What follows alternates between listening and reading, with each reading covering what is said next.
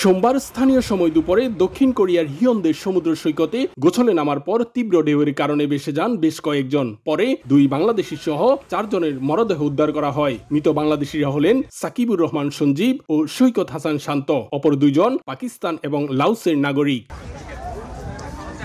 নবান্ন উৎসব উপলক্ষে টানা কয়েকদিনের বন্ধ থাকায় বন্ধুদের সঙ্গে কোরিয়ার জনপ্রিয় হিয়নদের সমুদ্র সৈকতে ঘুরতে যান ওই দুই বাংলাদেশি। বন্ধুদের সঙ্গে সমুদ্র সৈকতে গোসল করতে নামলে সাগরের তীব্র ঢেউয়ে তাদের দূরে টেনে নিয়ে যায়। 119-এ ফোন করা হলে কিছুক্ষণের মধ্যে উদ্ধারকারী দল তাদেরকে সমুদ্র থেকে তুলে নিয়ে আসে।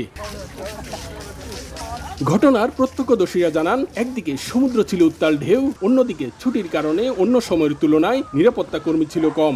দেখতে পেলাম যে একজন বাংলাদেশি ভাইকে সমুদ্র থেকে উদ্ধার করে ওপরে রেস্কিউ টিম তাকে সহযোগিতা করতেছে। তাৎক্ষণিক কোরিয়ান 119-এ কল দেওয়া হলে তারা উদ্ধারকারী টিম এসে তাকে প্রাথমিক চিকিৎসা দিয়ে দ্রুত তাকে হাসপাতালে নিয়ে যাওয়া হয়। তারপরে শুনতে পারি যে সে মৃত্যুবরণ করেছে। সুসুকের বন্ধ থাকাতে নিরাপত্তা বাহিনীর উপস্থিতিটা মনে হচ্ছে যে কম ছিল আর কি, অন্যান্য দিনের থেকে আর কি। মৃত দুইজনের বাড়ি নরসিংদী জেলায়। সাকিবুর রহমান সঞ্জীব বেলাবু উপজেলার দড়িকান্দি গ্রাম এবং সৈকত হাসান শান্ত একই উপজেলার টেকপাড়া গ্রামের বাসিন্দা। দুই প্রবাসীর মৃত্যুতে শোকের ছায়া নেমে এসেছে বাংলাদেশি কমিউনিটিগুলোতে।